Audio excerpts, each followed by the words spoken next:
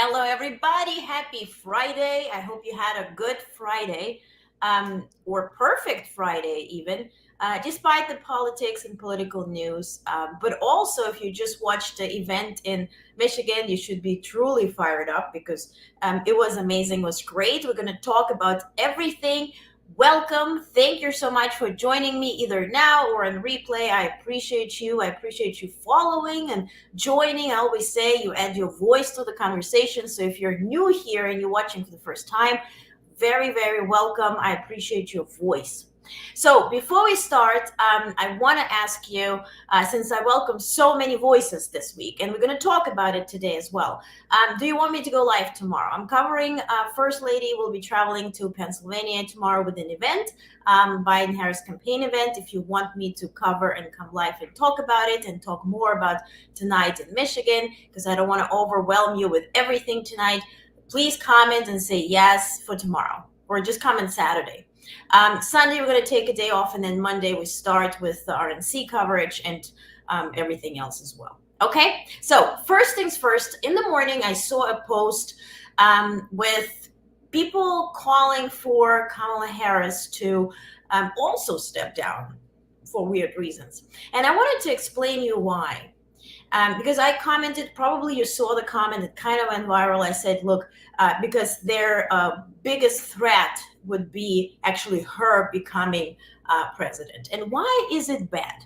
Because altogether, as you saw president tonight, you saw president yesterday, last night, this ticket is boring for media and mass media. Because aside from the gaffes that are not happening very often with Biden, it's a boring, productive, quality-wise, effective ticket and administration. It does not deliver on all of that situation. So for that reason, you know what we discussed yesterday when CEOs invested in Trump, and of course it has to do with tax and it has to do with everything. But also what I shared yesterday, that the CEO of CNN said that they don't care who's going to win, but it has to be good for business. And now just put yourself into the mindset where Kamala Harris becomes president. Can anybody, and really here, I think we're united, I hope we're united, can anybody stomach any late night show host or any daytime, anything, making laugh of Kamala Harris as the first female president? Can anybody imagine that? This is bad for business. This is bad for those who are thriving on reality show and clickbait and laughs and gaffes and trolls. This is not going to be well digested. So this is the reason where I feel it plays a major role, where people say, well, we don't picture her as a president. We don't, all of that notion. So I just wanted to share this angle. Perhaps you agree with me, perhaps not. And per usual, I always say that if you have any facts and stats or anything that contradicts anything that I'm saying, comment with sources. I gladly stay corrected. And if you want to share feelings, I can't really help you. I'm not certified in psychiatry. So let's start with the first thing. Trudeau spoke, or at least this morning, the video came up with Trudeau, Canadian leader, talking about PM, talking about Biden. I want you to pay attention to how he reacts to the question and being even asked about it. And then we're going to talk about a bit of analysis. Watch. Your assessment of President Biden's performance and if he can lead on the global stage? We are lucky on the world stage to have Joe Biden leading here at NATO, on the G7, in some extraordinarily consequential times. His depth of experience, his thoughtfulness, his steadfastness on the greatest issues and challenges of our time is a credit to the work that we're all doing together. And it has been, as always, a privilege and pleasure to work alongside him on big issues, and I look forward to continuing to. Now, can you imagine Canadian press asking Biden to evaluate Trudeau and his cognitive abilities? Can you imagine British press asking Biden to evaluate Starmer, the new PM? Can you imagine French press asking to evaluate Macron? Or China, Xi, is he doing well? Russia, let's evaluate Putin. Can you imagine American press asking Churchill to evaluate Roosevelt and his cognitive abilities during World War II? Because this is as close as we're coming to the situation here. This is, in my ethical understanding of the world and journalism and coverage and election coverage and clickbait situation, this is unethical. This is unethical. Why are we asking foreign leaders to evaluate our president who is leading, and where they openly speaking that we are united because of him, we are counting on him, we're grateful for his wisdom because he is there leading them with knowledge, first and foremost, and wisdom and experience. Because if you look around at all the leaders that were presented at the NATO summit, Biden does have the most experience. This is just a fact. So for that reason, when he was speaking yesterday about Israel and how long he knows the situation there and what was the first time when he traveled there and how the situation changed and how does he see now the government being in Israel very right-wing and what can be achieved there. This all comes with experience and wisdom. And so if international leaders appreciate it, can we stop asking them to approve us? Put yourself in a situation. You're a woman or a man, and you're married to a spouse. And so you go to a party with other people just sitting there at the dinner table, and you're like, hey, can you evaluate my partner's or my spouse's cognitive ability? Can you evaluate? Because I don't really know. It's my husband, my wife, or whatnot. I'm going home with this person. I'm sleeping in one bed with this person. We kind of like living together, sharing a household, depend on each other. But you random Joe Schmo, can you please evaluate my partner? Because I'm not really sure. You look nuts on the yard. It has nothing to do with journalism. It has nothing to do even with information that has to be provided and shared. Okay, so a bit of a rant today too. But now let's talk about the press conference. I don't want to bother you a lot with that, but let's talk about one thing that happened yesterday where Biden was asked about China. Because I want to also connect it to TikTok. I want to connect it for you a little bit with social media and what's happening there. So this video is a bit longer. It's 2 minutes and some, 2:53, so almost 3 minutes. Bear with me. Bear with President Biden. But please watch it not from the perspective as to, can he talk? Is he having Alzheimer's? No, cut this out. Imagine you're sitting there and learning from somebody who knows his stuff in a lecture, okay? So from that standpoint, let's learn for 3 minutes. She believes that China is a large enough market that they can entice any country, including European countries, to invest there in return for commitments from Europe to do A, B, C, or D, or not to do certain things. What's happened is we had a long discussion about what we have to make clear. China has to understand that if they are supplying Russia with information and capacity, along with working with North Korea and others to help Russia in armament, that they're not going to benefit economically as a consequence of that by getting the kind of investment they're looking for. And so, for example, we're in a situation where, and we've reestablished direct contact with China after that, remember the balloon, quote unquote, going down, and all of a sudden things came to an end? Well, we set up a new mechanism. There's a direct line between Xi and me, and our military has direct access to one another, and they contact one another when we have problems.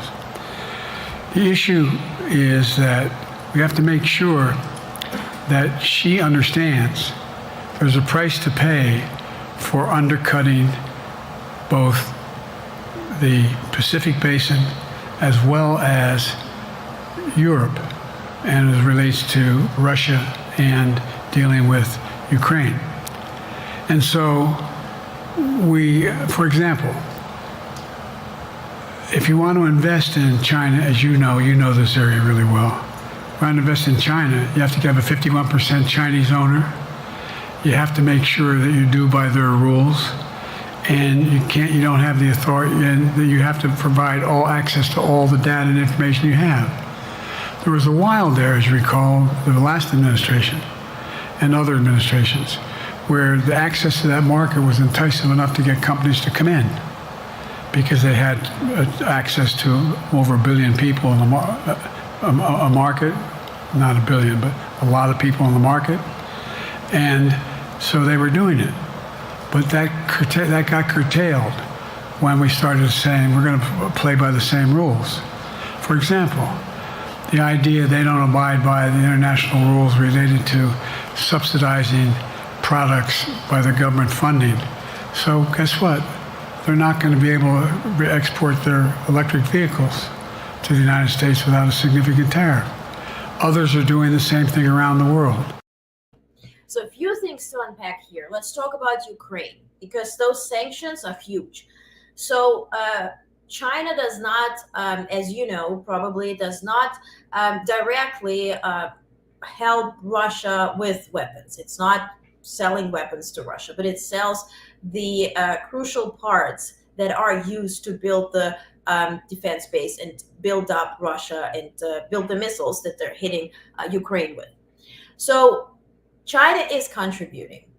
Now, what EU, European Union, and US is doing is using the economical measures to not really sanction China, but make it less profitable or less interesting and enticing to support Russia, because you are losing literally on the market, you're losing on the exports and on the imports as well. So what is President saying here is that, let's say on EVs, and that is very much connected to yesterday that the administration has announced investing over $2 billion into rebuilding 11 factories in 8 states that will be essentially building up the production of EVs, right? So American-made EVs. And so when now China tries to import EVs into US, and the import tariffs are 100%. So this makes it difficult for them to even see that as a lucrative business. Same thing is happening also in the EU, because see, there was this joke. I'm not sure if it's in the US, but in Europe, like about 10 years ago, they said like, what are the most used 3 words in the world? And everybody's like, I love you. No, made in China, for a reason. Because honestly, we outsourced the entire industries to China at this point. So that, of course, had contributions. So of course, it had consequences. And so now is a good chance to rebuild made in America production, right? And rebuild and also offer job opportunities and rebuild industries within the US and the EU as well. So now, on that end, and China is also very smart in that way. They're not just blindly supporting Russia. They are thinking very pragmatically and economically, and they're listening. So for that reason, it is important what Biden yesterday mentioned, but in this video, he just mentioned that there is a direct line. The direct line that does not, for instance, exist with Putin. It does exist with Xi. So Xi can call Biden anytime, they can talk. Right? And also military is talking to each other as well, which is essential if we talk about the Indo-Pacific basin, we talk about Taiwan, we talk about the war that is currently in Europe, stretching itself over, into the Indo-Pacific, which would be essential for us, because then we would be fighting there and not really contributing to Europe or stretching ourselves. So the point here is we need to dig deeper when we're listening to information that is provided, right? Not just read the clickbaits and get scared that China is about to invade us. We will be going to war to Ukraine. We will be going to war with China. We're at war with everybody. Try to see the diplomacy and the game behind it, because there's actually a beauty in it. you don't have to fight the fight with weapons, but you can control also economical issues as well. So I just wanted to share that from yesterday's debate as well. Nice to see Biden taking off the gloves in Michigan and discussing Trump's civil and criminal case results. Absolutely. I was actually so shocked that he mentioned rape and the girl that was raped. This really gave me the opening to start covering it on a more sort of factual basis. I mentioned that yesterday, that I'm looking for a footing because I don't want to cover it and then just be trolled for it that the girl was due the case. But he said this is stated in the court, so I definitely will use that to open up the coverage of Epstein files and also, of course, of that particular case as well, and cases, because there are several. So and thank you for mentioning that. Absolutely. Today's performance, it was a performance. It was funny. It was not just factual and boring and whatnot, but it was funny. It was entertaining. It was everything the audience looks for. So unless I haven't watched CNN, MSNBC, nor I watched them, but I have not gotten any feedback. Let me know what they're saying. If they're still complaining, then I guess even if you would have done a Macarena and anything, wouldn't be satisfactory either. So I don't know what they're looking for. But let's check out response to Biden's press conference yesterday. So Anna Navarro, who is Republican, but who's very straightforward in her support for Biden. I'm not sure if you watched her video, but she pretty much dissected it really well. It's 3 minutes, but let's watch it together. Hi, you all. I like to keep it real with you, so I want to give you my quick reaction to Joe Biden's press conference. I just finished watching it, and I'm not going to lie, I was nervous as hell. Joe Biden's going to turn me into a woman of prayer because I wanted to say a rosary the entire time.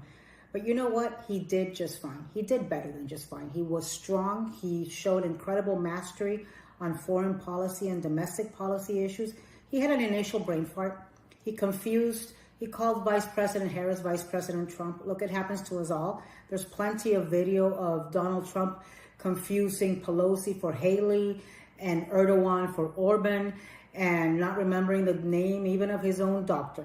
But it happens to us, and it happened to Joe Biden in the first few seconds of the press conference. The rest of practically an hour, he was strong, he was on, he remembered a lot of detail of complicated issues. He talked about China and Russia and Ukraine. He talked about Gaza and Israel. He brought in historical perspective. He talked about his economic accomplishments. He talked about the CHIPS Act. He talked about trickle-down economics. He talked about taxes. He gave incredible support, vocal support to Kamala Harris, said he had picked her because of her qualifications and because she is ready to serve. He talked about the campaign. He talked about his vision. I love the line he said. He said, in this country, we need to control guns, not girls. Right on, Joe. And I understand people who are nervous and people who are clutching their pearls and have all these questions, nothing he does is going to make them feel better. But it made me feel good. Nothing he does. I mean, he could come out and dance the Macarena and then follow it up with the lambada, and they still wouldn't be satisfied with what Joe Biden has shown. But from where I stand, since the debate from hell, where he was abysmal and terrible, since that night, in fact, starting that night at Waffle House right after the debate, he's done dozens and dozens of events, probably over 25, 30 events, where he's done rallies, he's done campaign events, he's done fundraisers, he's done scripted speeches, he's done unscripted interviews, he's done. Right, so she has a point, and thank you so much for commenting. Exactly, he's been having those mishaps quite often, and I shared this video yesterday with Obama and calling him Barack America and whatnot. But the point is also that I want to make is that we need to see beyond the entertainment, and this is what President Biden stated today in Michigan. Let's make news factual again, about news and the facts, and less about entertainment. And I think because everything is so intertwined, and here's where I want to share the TikTok story. And I'm nerdy, so I kind of study media statistics and all that, and sometimes have other people on Instagram posting about it. But anyway, my point is this: I'm not sure if you know, but the mass media companies such as TNT, CBS, Fox, to very high percentage, in one case 90 to 98 percentage, in their budget depend on what? What do you think brings them the money? Do you think commercials? Do you think news? No. It's streaming sports. And so TNT is losing a contract with the NBA. And NBA was feeding TNT. And TNT is connected to CNN. Yep. CNN is not generating much money. Have you seen commercials at CNN? How many companies can you count that are sponsoring that? News are not lucrative. They're not interesting for companies to sponsor, because if I'm selecting, let's say, a Republican channel or I'm selecting a Democratic channel, I'm aligning my brand with either side, right? So that's how we learned about Chick-fil-A's and all that kind of stuff. So companies don't want to divide the market and lose the market. So news business is not profitable. It's only profitable in the election season when candidates and campaigns are investing to show the commercials. And then there is a rule, federal rule, that each channel has to dedicate same amount of time to each candidate. So this is profitable now, but then they know this is not going to be profitable once the election is over, and Trump will deliver with his gaps, with his mess ups and all that kind of stuff. It will be entertaining. So that's why CNN CEO says it has to be good for business. We just have to see through it. Fox depended on NFL. NFL had a deal with Prime now. You saw Super Bowl. You saw, I think Thursday night, whatnot. I'm not into that, but you see how sports actually affects the streaming industry and the TV channels. Now, why am I mentioning TikTok? TikTok, of course, is Chinese, and they own the company. And we're not going to talk about the data and them reading the data or whatnot. Another thing that is not really covered anywhere is that TikTok has been buying out Roku channel, Prime channels, and whatnot. If you Google, if you go on Roku, if you see, there are registered TikTok channels. So if you have Roku TV, if you have Amazon Prime, if you have the Amazon Stick thing, you will be finding already now TikTok television. It has no content streamed yet. Now, if you go on TikTok, if you're a creator on TikTok, you see pop-ups since a few months, making it or enticing you to produce content in this TV typical horizontal format without anything written. Why? Because then people can flip and watch it on the phone, like in the horizontal thing. Not really. They're also enticing creators to produce content for 1 hour, so 60-minute content. And this stuff goes viral way faster and way sooner, and is more probable to attract more eyeballs. So this is designed why? So this content can be streamed on television. And now if our MSM media goes down, right, and starts looking for investors, it might as well be TikTok to buy out something. And then it is Chinese content, propaganda, whatever the case may be. Okay? Also, they would not be relying on advertising. And you know how. So on TikTok, and I'm sorry for, if it's boring, but it matters. You can register in two ways. You can be a creator, and then you are paid for your content and going live, and they give gifts and all that kind of stuff. Or you're registered as a store. So a lot of creators found it very enticing and interesting to register as a store, because then they can sell products. And the products are quality of Timo or whatever that thing is called. So it's not Amazon quality. It's cheap China-made stuff, like earrings for $150 and all kind of stuff. So creators are registering. They were able to sell before buying the inventory, right? And so several accounts went viral. For instance, they're posting, a video with dancing with earrings. Earrings sell out, even though they're $150. They sold 100,000 units. Now they can't cover the cost. They can't buy inventory because you're paid 30 to 60 days after you sold it and somebody paid you for it. You follow me? Yeah? So then creator is doing what? I sold it, I have to ship, I'm running out of money. So TikTok registers as a company in the United States to provide loans. And they have invested over $2 billion to US-based and only US-based companies, individuals who have social security numbers and can register LLC, at least in the US. So there are several creators who loaned money from TikTok, from China, to cover the inventory and keep selling. And now they changed the rules that you have to purchase your inventory and then you're able to sell. So for that reason, those are long-term loans. And closing TikTok down and all that kind of stuff, this is a hoopla ha. It's great for Meta business.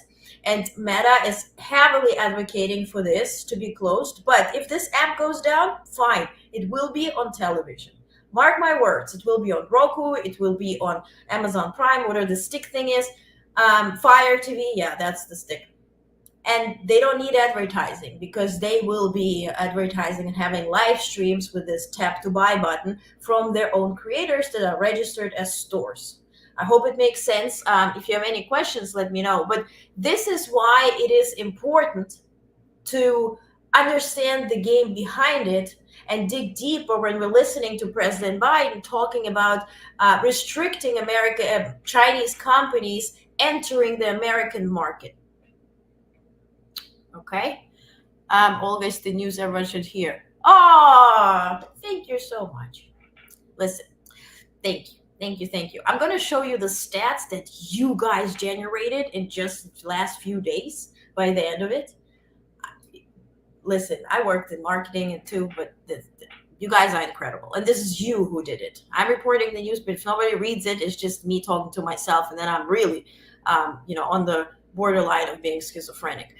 But diving away from Chinese TikTok and whatnot, another reaction to Biden's press conference I want to share is Chris Cuomo, who yesterday I said, he said replacing Biden is exciting, and then I guess he liked the press conference. So listen to it. How did he do? You tell me.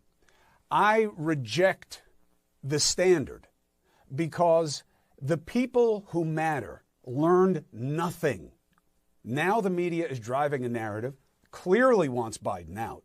I've rarely heard more questions scripted with a single perspective of, but don't you have to get out? But don't you have to get out?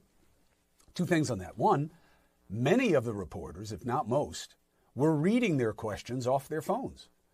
Do they have mental issues?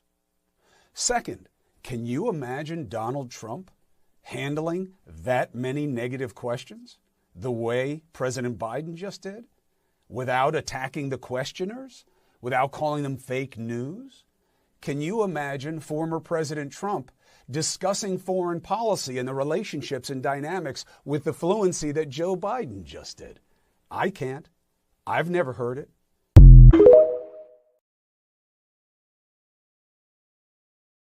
Cuomo is flippity-flopping. That's an indication that something is happening. But he was, yesterday I shared it, he said it's exciting that Biden is going to be kicked out, and today is this.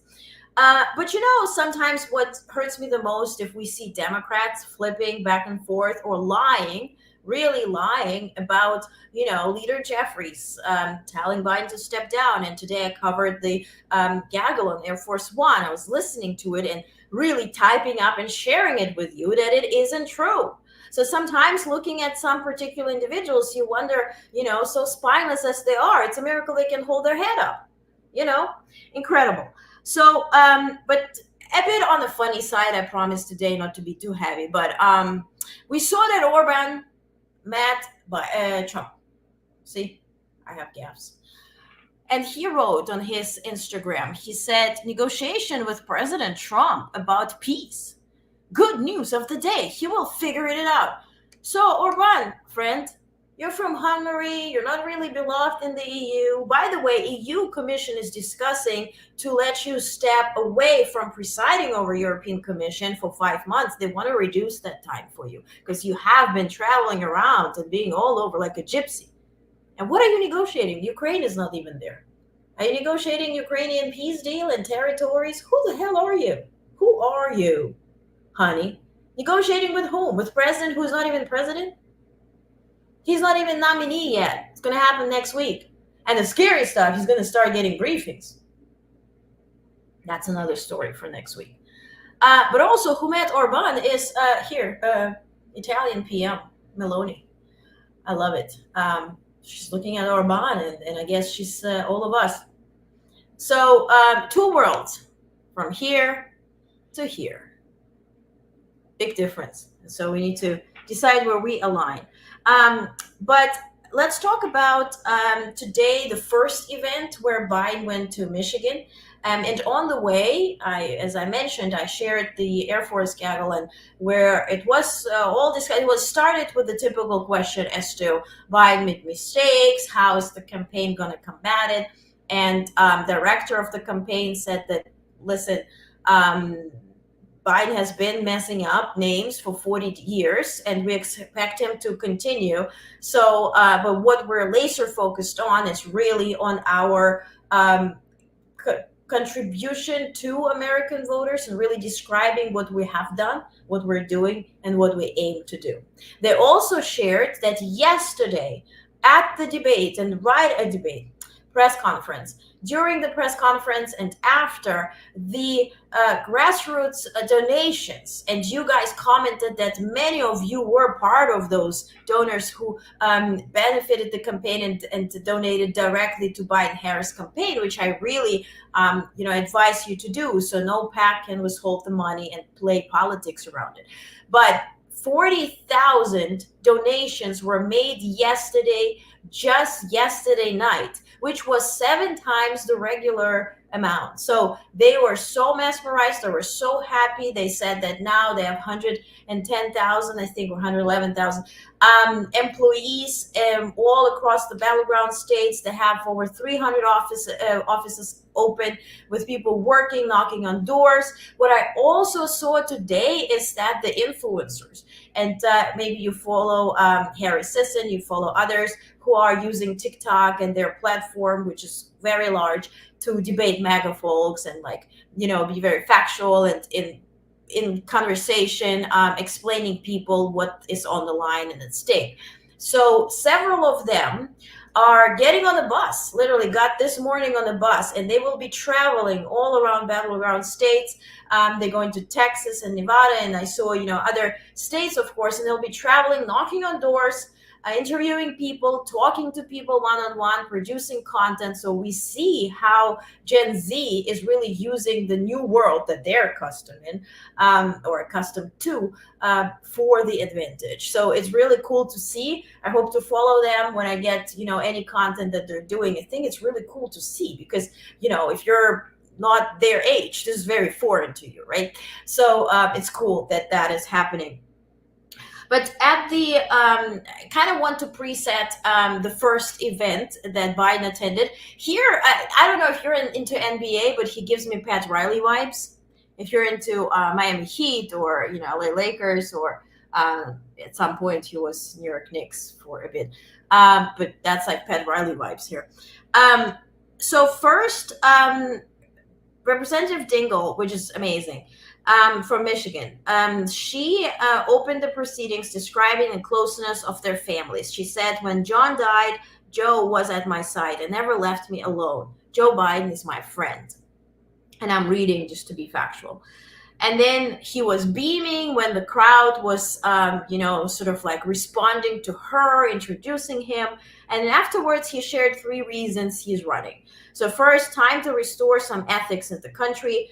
And second, to deal with the issue of giving the middle class a fighting chance and to bring the country together. And then he said, we were told we're going to lose in 2020. Remember, well, we won.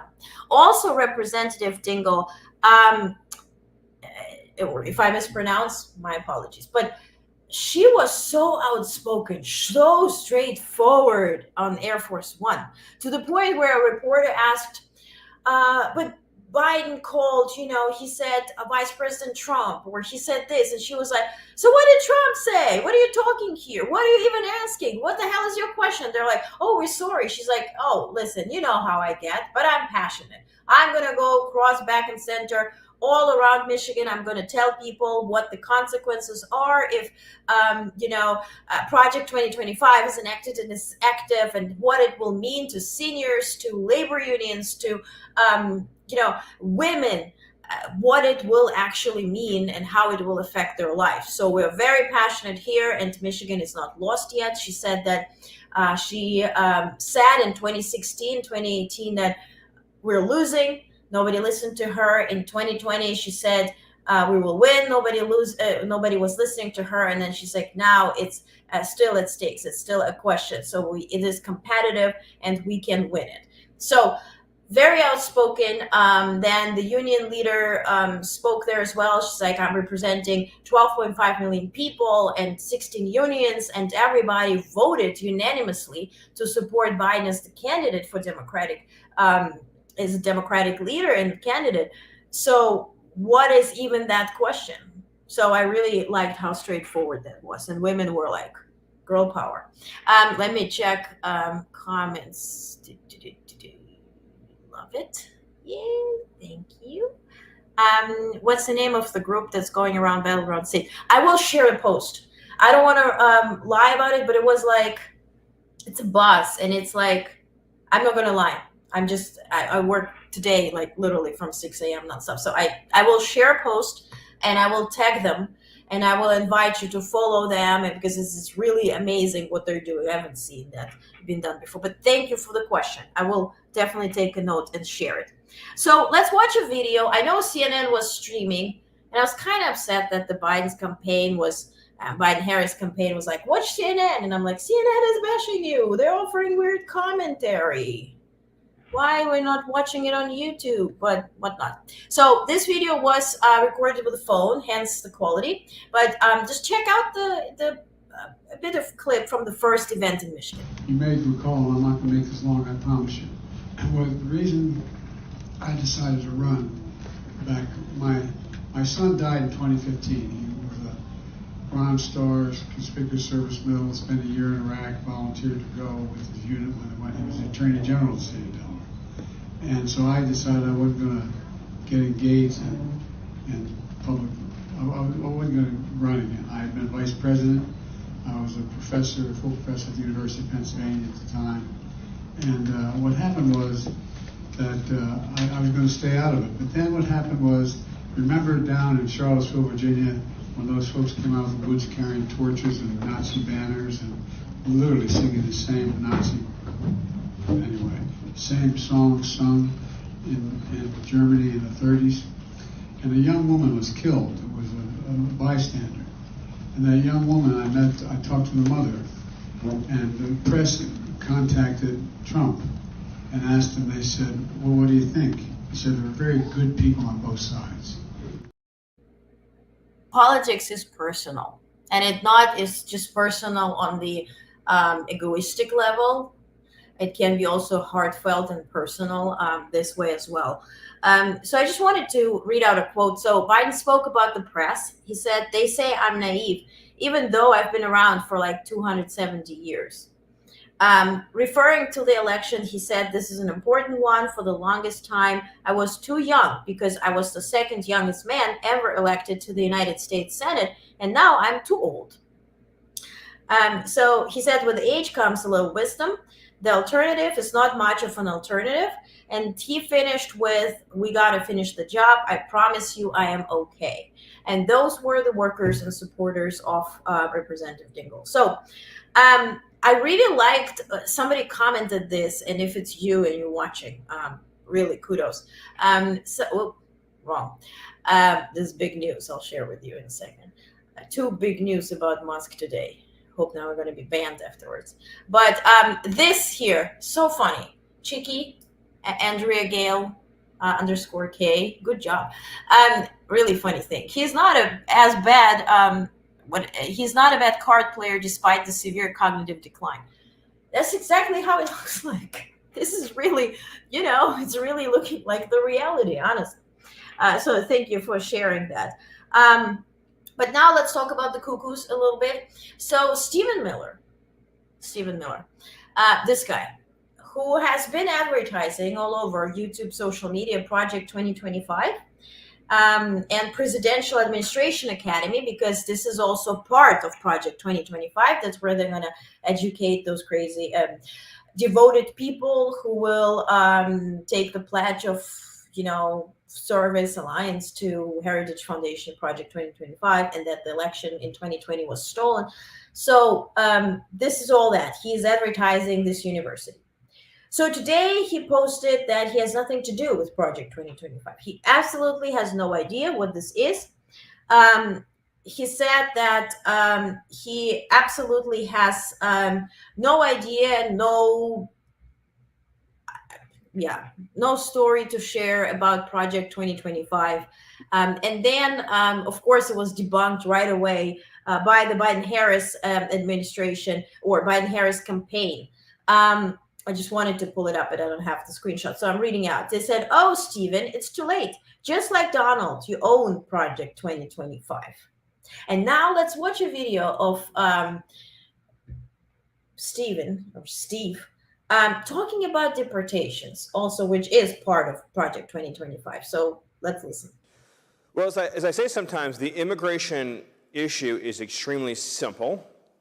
The policies involved in fixing it are very complicated. The simple part is seal the border, deport all the illegals. Now, that's the short answer, right? You get in, you have two policy objectives that you proceed with utter determination on. Seal the border, no illegals in, everyone here goes out. That's very straightforward. In terms of the policy sets to accomplish this, as President Trump showed in his first term, it's a series of interlocking domestic and foreign policies to accomplish this goal. In no particular order, just to rattle off a few fast, you have your Safe Third agreements, you have Remain in Mexico, finish the wall, you have robust prosecutions of illegal aliens, you do interior repatriation flights to Mexico and not back to the north of Mexico. It's very important. You re-implement Title 42. You have several muscular 212Fs. That's the travel ban authority. We did a few of those in the Trump administration. You would bring those back and add new ones on top of that. You would establish large-scale staging grounds for removal flights. So you grab illegal immigrants and then you move them to the staging grounds, and that's where the planes are waiting for federal law enforcement to then move those illegals home. You deputize the National Guard to carry out immigration enforcement, and then you also deploy the military to the southern border, not just with a mission to observe, but with an impedance and denial mission. In other words, you reassert the fundamental constitutional principle that you don't have a right to enter into our sovereign territory, to even request the asylum claim. The military has the right to establish a fortress position on the border and to say no one can cross here at all. Yes.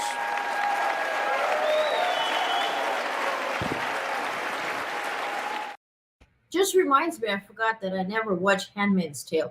Have you ever watched it? I think I should, because that gives us a little scary.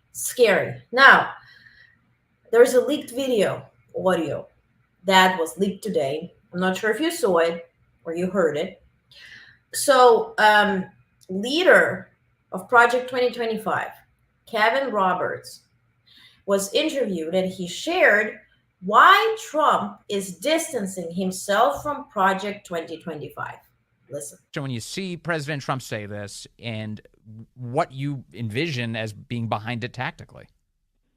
Well, I think it's the sign of a great leader who understands he's in a terrific political news cycle. He's run a really good campaign from start up to this point, and the left's mischaracterization of Project 2025 had become a liability. I think we've seen that really turn around in the last few days since that statement. So no hard feelings from any of us at Project 2025 about the statement, because we understand Trump is the standard bearer and he's making a political, tactical decision there. They're never upset. They're never upset with the guy. It really grabs people, lies, denies, all of it. They're never upset. They're sticking with the guy. Incredible. So let's talk about Project 2025, and let's talk about the financial part of it. So I shared today about the tax situation. So to make the tax system less complicated in their eyes, the Project 2025 proposes just two tax rates. Two. 15% for those people earning up to about 168,000 and 30% for those earning above that. It also proposes eliminating most deductions, credits, and exclusions, although it doesn't specify which ones. So if you're earning 30K, you have the same tax bracket as somebody earning 160K. Very different lifestyles, very different needs, but that's what it would be. And so then CBS had interviewed a professional who was that? I probably have it here for you. Yes. So Brandon Duke, senior director for economic policy at the left-leaning Center for American Progress, provided to CBS. He said, let's take two examples here. A middle-class family with two kids and an annual income of 100K would pay $2,600 in additional federal income tax at 15% flat tax due to the loss of their 10% and 12% tax brackets. And if the child tax credit were also eliminated, they would pay an additional $6,600 compared with today's tax system. Meanwhile, if a married couple with two children and earnings over or off $5 million a year would enjoy $325K tax cut.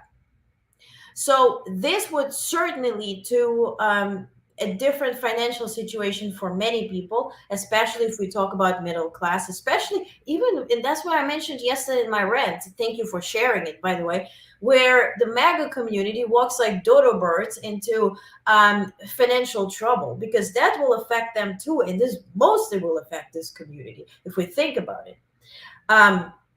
So Biden also spoke about financial consequences of Project 2025. This time he was focusing on a different aspect of it, which is inflation. So let's listen up. This was just now at the most recent event in Michigan. So you put us in recession and inflation would soar. Folks, look, in fact, I guess I should worry, but the new Wall Street Journal survey of economists says inflation will be worse under Trump. That's the Wall Street Journal. Great paper, usually not supportive of me. Do you really want to go back to the chaos of Donald Trump as president? Yeah. So by the way, before he started speaking, the chants were, "Don't you quit." Take a look. Don't you quit! Don't you quit!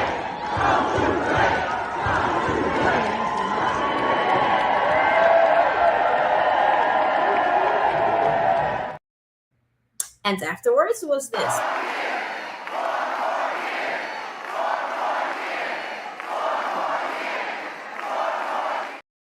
Someone of you commented that he's such this old school debater or performer, right? Or speaker, that he really takes up the energy from the audience, and the audience were amazing. So the audience was great, and I think played a huge role. So it's like always whenever you film any TV show, they always say like you have to be up and or folks have to be really energetic because the host really reads off of your energy. So this was the case here. He was really amazing, and we'll cover it more in detail. By the way, if you want me to go live tomorrow to cover Flotus trip to Pennsylvania with clips, with analysis, with also more from Michigan tonight, because I went live really like less than an hour after they were done, comment that you want me to go live tomorrow, and Sunday we'll have a day off. So was live streams. Now those chants 4 more years were very much connected to the first time actually President Biden laying out the plan for the first 100 days in office. And so for those 100 days, he wants to, and I read the quote, expand Medicaid, restore Roe v. Wade, charge billionaires, because he mentioned that right now billionaires pay around 8.2% tax, and it will be 25%. And so this would generate over $5 billion over the next few years. He also said no medical debt. So that's what they're already working on now. So the medical debt will not go against your credit score and will not be reported with it. Also raise federal minimum age, pass PRO Act, ban assault weapons, and make childcare tax cut permanent, and secure southern border, which he already started doing with the executive action. By the way, the crossings at the southern border have dropped by 50%. Since he made that announcement in May. So you see how fast actually the results show themselves when the real work is done. And we're not spending so much time negotiating and debating and not making any decisions or progress and just like complaining about it. If you complain, all gross is just the complaint department. Let's check the comments here. Biden speaks from the heart about politics, but also it shows that no matter what age, he can do the job. Democrats need to get it together. Absolutely. I absolutely agree. Yes, absolutely. That chant, "Don't you quit," was his shining moment. It should be another campaign slogan. Absolutely. Yes. Yes, go live, please. Thank you so much. If you want me to go live, comment, please, because I don't want to bother you too much. You also need days off away from politics. It's healthy. It's needed. So Sunday will be the day, because before RNC, and I will share who's going to speak at RNC. You're going to go like, Jesus Christ. Yeah, in just a second. So another news that I want to cover more tomorrow if I go live and more in detail. But quick announcement. Which is a very sensitive issue. So President Biden shared this morning that 6 weeks ago, he laid out a comprehensive framework for how to achieve a ceasefire and bring hostages home. It had 4 parts to it. So there is still work to do, and these are complex issues, but that framework is now agreed to by both Israel and Hamas. His team is making progress, and he's determined to get this done. I was in a briefing and in a direct conversation with Sullivan yesterday. Wow, this was yesterday morning. And the talk was about Israel and Hamas agreeing. And so, reporters, and we asked, like, can we be optimistic? And it's like, that's not the word I want to use when we talk about Hamas or anything. Nothing is optimistic there. Now, how far can we go? And so it was looking the way that the progress is being achieved. And so, of course, even for the first stage will include Hamas and Palestine, but Hamas essentially returning the prisoners, or those who they detained, think who were 50 years old and younger, either alive or deceased, just remains. So it also, of course, had to include ceasefire, and then they cleaning out the pretty much cleansing out the Gaza area, and then start rebuilding it, providing enough aid and rebuilding it. So I can cover it more in detail. This is not really what I cover normally, but I can dig into it and present facts. Again, if you're interested, I'll certainly will do it, but I want to talk, just like, in general about it. Female soldiers in terms of returning might be. Again, let me look at everything and study it, and then I will report on it. Oh, I'm in to quit. Yes, to quit. Yeah, you said here. Yeah, no, I got it. Yes, go live. Thank you so much. If you want me to go live, comment. So, boom, boom, boom. Now let's talk about weird people. We're coming to the close, but we have a couple of videos that are entertaining in the weird way. If you're interested in like dark comedy, this is your time. So, first, Jen Psaki. If we remember, she worked as a speaker, White House press secretary for Biden. And Biden really, for the lack of better word, which I hate when this phrase is used towards women, but put her on the map. kind of implies, because we haven't heard from her in that position, that regard, which certainly played a role for the TV position and anchoring position. But she went on TikTok and she started advocating why Kamala Harris would be a better option and what would be, the positives behind it. So take a listen. Nobody really knows what's going to happen with the Democratic nomination. And the obvious alternative is the Vice President, Kamala Harris, for a range of reasons. One is that structurally she could just move the campaign staff. She can move all their resources over, including all the money. That's a big structural advantage. Two is she's obviously the sitting vice president. She's a person who is prepared to take over as needed. That's what that role is. And three, she'd be the first African-American woman ever to be president of the United States. She's also an undervalued communicator. I mean, she has been traveling around the country communicating about perhaps what is the number one issue for people, for Democrats out there, which is abortion rights. And she does it convincingly and with passion. She also has some challenges or things that she'd have to overcome. One, she didn't make it that far in the presidential race to begin with during the nomination fight in 2020. Her head-to-head polling has gotten better, but it wasn't where it needed to be before the debate. And the third one is just there's a reality that is not fair, and I'm certainly not validating, which is that there's a swath of the country that may not be ready for an African-American woman to be president. But there... Wait a second. Let me remove this background and calm down. Cursed almost. For F's sake.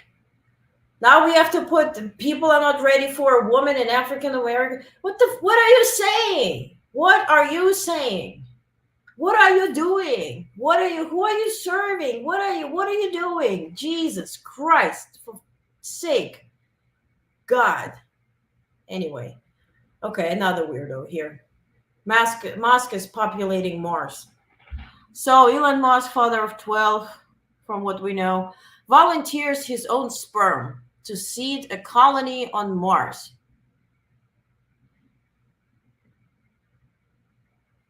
There's stories I know about it, and I don't want to share it because I don't know it for a fact. It's sickening. I can't confirm them, and then I share them, but this has been happening. This is not yesterday. It started. So he donates sperm. And then today he also donated to Super PAC. I hope it wasn't sperm, but who cares? Working to elect Donald Trump to the White House. So this breaking news, it really was before I just went live. He, together with his best buds, have now officially donated to Donald Trump ahead of the RNC. For that reason, it would surprise me if he would not speak at the RNC, if he would not be introducing Trump.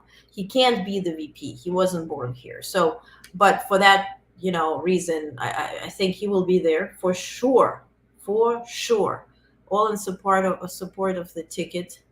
I guess it's related to Kamala. Yeah. Yeah, that's Musk. Can't believe Jen said that about America not ready to elect black women as well. Yeah, this is like sickening, as much as Musk populating Mars. Although, please do your thing, and maybe that's the way out. I'm not sure. Now, but by the way, nothing against Musk. I, by the way, really like his mom and her book and her story and all of it. Really love it. He was very decent up until a moment, and then either something shifted or maybe we got to know him better. Who knows? But he makes his decisions, and I don't really have an explanation behind it, or I don't want to offer one. So then weirdos, right? We're discussing weirdos. So Republican, yeah, he is from, let's see where he's from. But Representative Glenn Grothman shared an interesting message today. And if you're a woman specifically, if you're an African American, listen closely. Every year, of course, I am lobbied by people who want the government, therefore, to take up an even greater role in their children's life, be it daycare, be it preschool, be it after-school programs, whatever. They clearly want the children raised by the government. So I hope the press corps picks up on this, and I hope Republican and Democrat leadership put together some sort of plan for January in which we work our way back to where America was in the 1960s. Yeah, because then women had to marry guys like you just to be able to sustain themselves or rent something or, even be there. Welcome to Marvelous Miss Maisel. What are you talking about? Do you know how African American people lived during 60s? What are you back to where? Back to what? How can these people represent the country? Because in my stupid head, which is European, I'm thinking we're electing people to represent each region and each state and each part of the country in Washington, D.C., so we can all make decisions that benefit everybody. How is this thing benefits anybody? And to your point, Elvis, thank you so much. Yeah, South Africa. That's regards to Elon. Yeah, apartheid, benefiting from it. Yes, absolutely. Wow. I guess that's to the 60s. How is this a mainstream thing? It's shown on CNN. It doesn't have any subtitles, like a crazy person is talking. How are we talking about it? We listen to Saki, talking about America not being ready for black woman, but now we listen to just go to the 60s. So you just have to be scared to even exit Europe. Anyway, this is a weirdos here. Weirdos section. So I just gather them. Maybe I should just separate, drizzle this information throughout the hour, because that gets really heavy here. But the next weirdo would be, boom, boom, boom, boom, boom. What do I have here? Yeah, so Meta. Just days ago, Trump threatened Mark Zuckerberg with prison. Now Meta announces that they will remove all restrictions on Trump's Instagram and Facebook accounts. Which, by the way, to play, the bad guy here, or the good guy. I mentioned that there's federal rules that each channel, regardless whether you align with right, left, center, or whatever, up and down, all around, you have to dedicate same time to each candidate for them to show their ads. Facebook is streaming, so they do fall into this weird category of live streaming and YouTube and X here as well. So I guesstimate, I don't know for a fact, but it can be that it affects to presenting or offering each candidate same possibilities to advertise themselves. Now, but for better or worse, Trump is enabled on Twitter, which was Twitter before, and on X now, and he doesn't use the platform because he has his own platform. So I highly doubt he was going to leave Truth Social and just suddenly come here. So I don't think this will make a big decision here. So when Obama got elected, the Republicans made sure they would do everything they could to not let that happen again. The outright fear of a person of color is crazy. Yeah, because it's, when you fear something, it's because it's strong. You fear something because you fear being outcompeted. You never fear a person who's weak. And if we talk about Kamala Harris, you're not going to fear her if you think that she's just not going to do well and she's not going to present any threat to you, right? It's the same as when people talk about you behind your back. You got to remember they're behind you. That's why they talk behind your back. So that's the story here.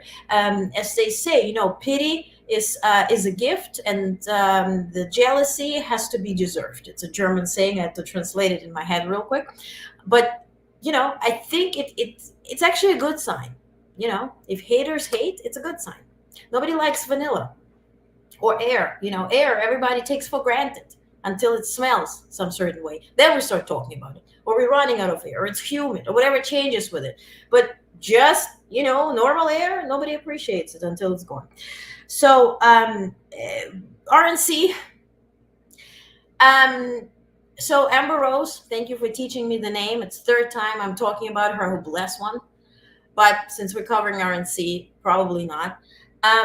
She's went on television and shared why she's excited to speak at the RNC convention and support Trump. Listen up. And I like, for me, Donald Trump is the epitome of an alpha male, right?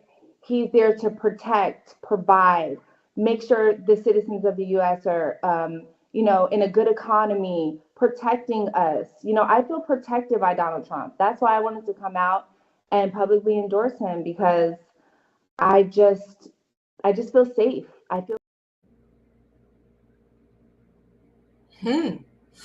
Ooh, okay. I thought Trump has some kind of exclusivity agreement with Truth Social. Yes, absolutely. It's part of the deal why he's in it.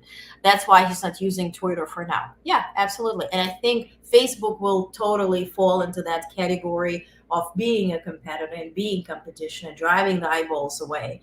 So you're absolutely right. Thank you so much, Letta, for sharing your thoughts here. Now, Amber Rose has an ex, and I got it confirmed right before I went live, so I don't have that picture added to it here, but I'll show it here because you guys see the picture. So Amber Rose has an ex, and this ex is very popular. Let me find this picture. Did I delete it? Anyway, it's Kanye West, and Kanye West has Kim Kardashian lookalike that walks naked everywhere. I'm sure she's a good person. She just walks naked. Where do I have it? Anyway, so it has been confirmed that they will be, or she at least, will be speaking at the convention. So that has been shared allegedly by sources. I'm still looking for this damn picture. Did I delete it? Wait a second. Let me open. Yes, these people.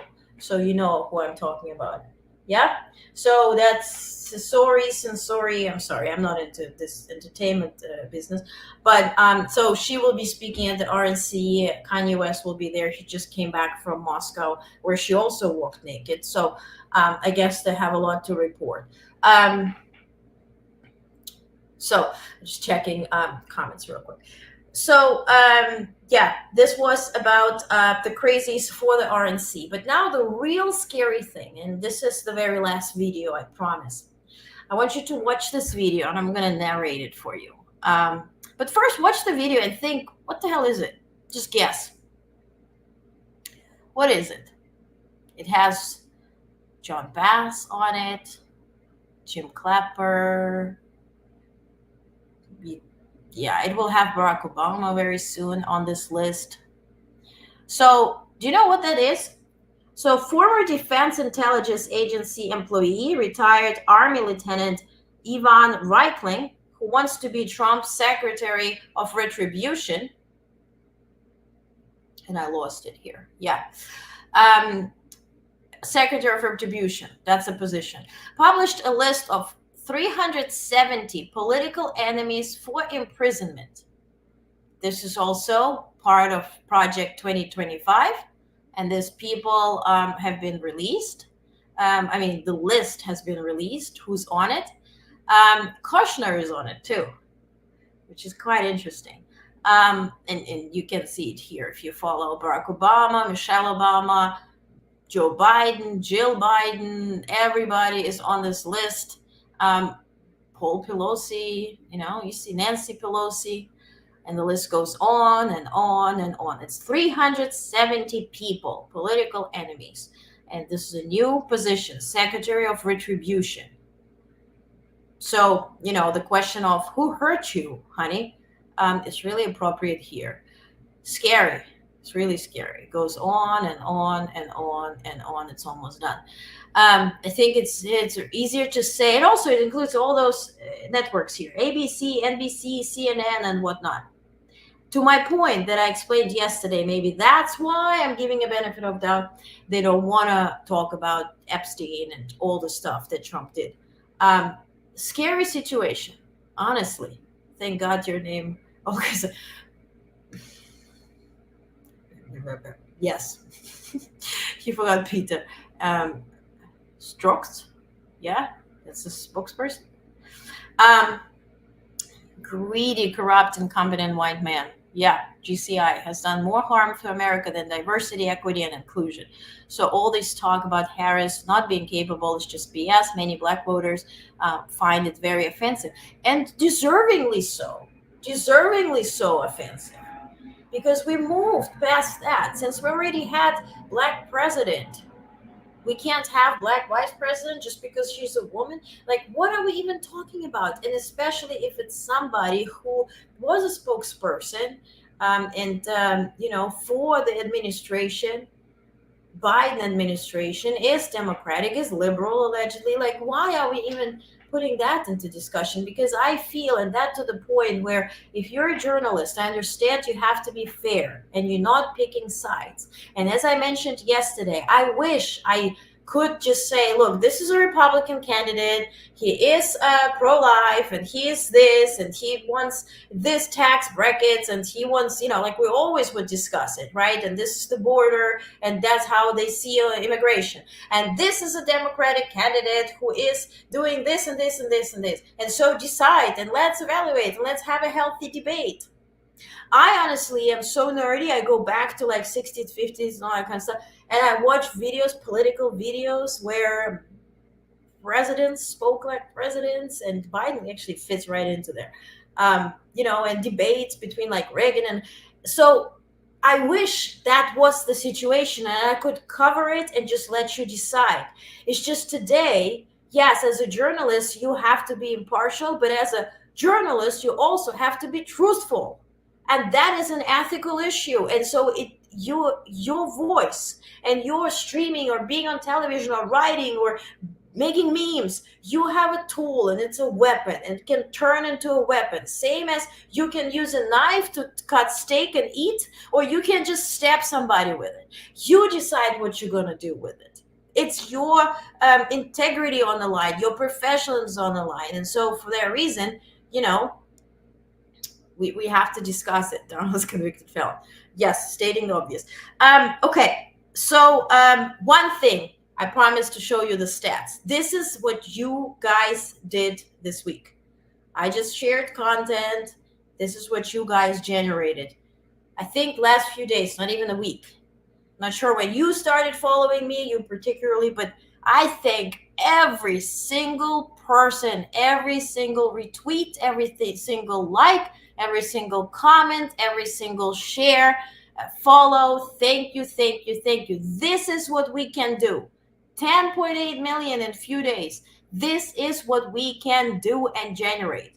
So when we share factual information, we spread it out, we let people sign up, and we grow our thing as a community. It goes from my account. This is, not important.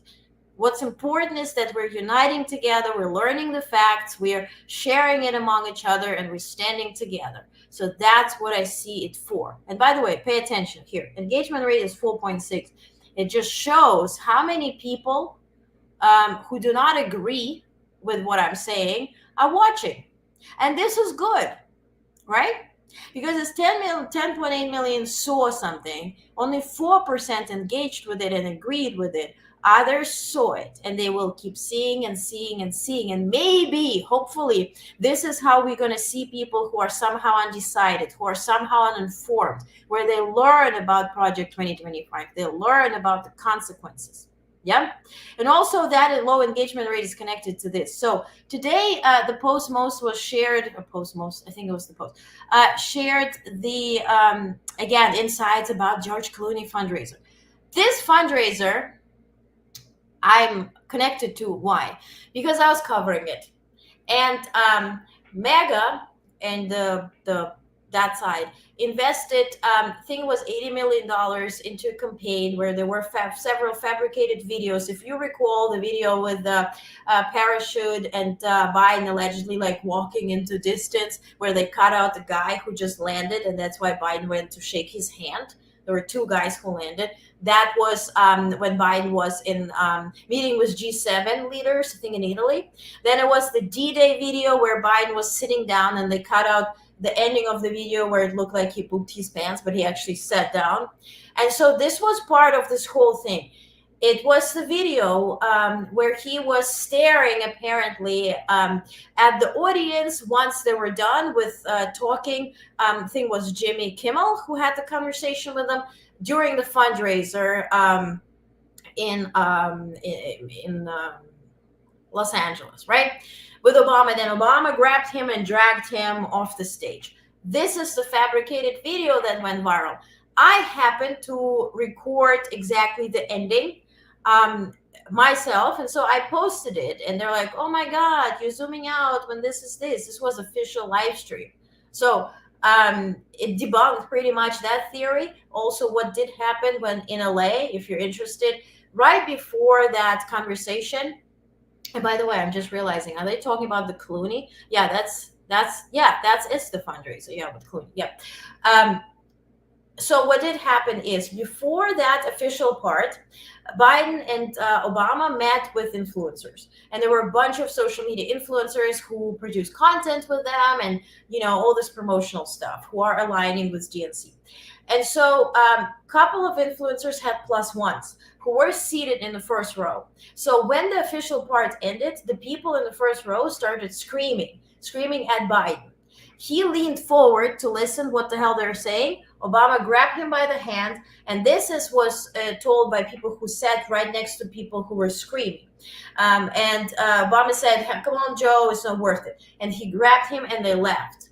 So they used a different angle showing like he was staring into the abysmal and like, not knowing where he is. So all that was sort of a sponsored thing. I shared that video.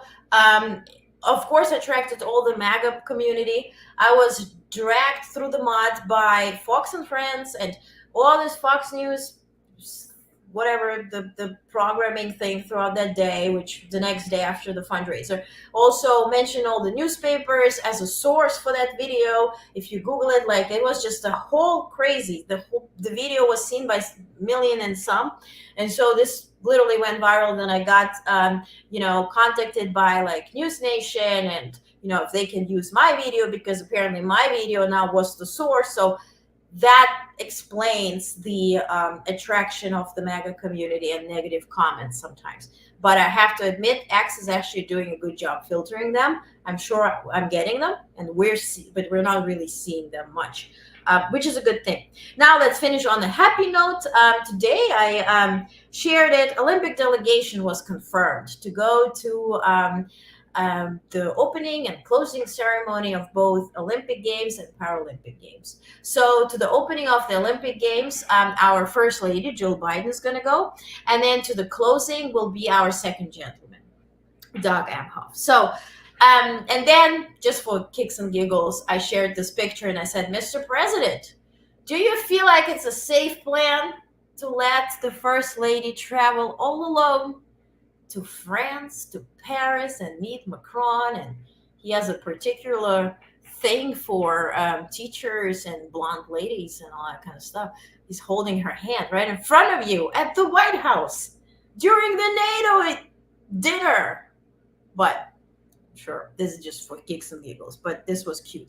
Now, thank you for watching. Comment if you want me to cover stuff tomorrow. It's going to be shorter. Sunday, we take a day off and have a breather. And then Monday, we go all the full body karate into RNC. What I'm planning actually there, not from the first day, but I think Trump is announcing VP on the 17th, and then on the 18th he's going to speak. What I'm planning there is have side by side, he's saying something and then Biden saying something on the same topic, and present it to you to compare, so we can use it as a material to study, compare, and be covering everything equally. So that's what I'm planning on. Let me know if you think it's a good idea. That's not a bad engagement rate, but look forward to helping you increase. Thank you so much. This just started. It's just a few days back, because people are asking where I was before. Well, before I was vanilla. I was covering everything with my point of view, but I was not daring to be speaking up, because my background is I worked as a diplomat. So you learn to be like, So at some point, especially after the debate, a few days after, when I saw media doing this whole thing, there was no stopping, and I just started sharing my opinion, and that's where we all met. So it's just the beginning. It's really, I'm looking forward to serving you and all of us, serving, all of us and democracy all together. So for that reason. Now, thank you so much. Have a fantastic night. And we see each other tomorrow. We see each other next week as well. So thank you so much, and thank you for watching.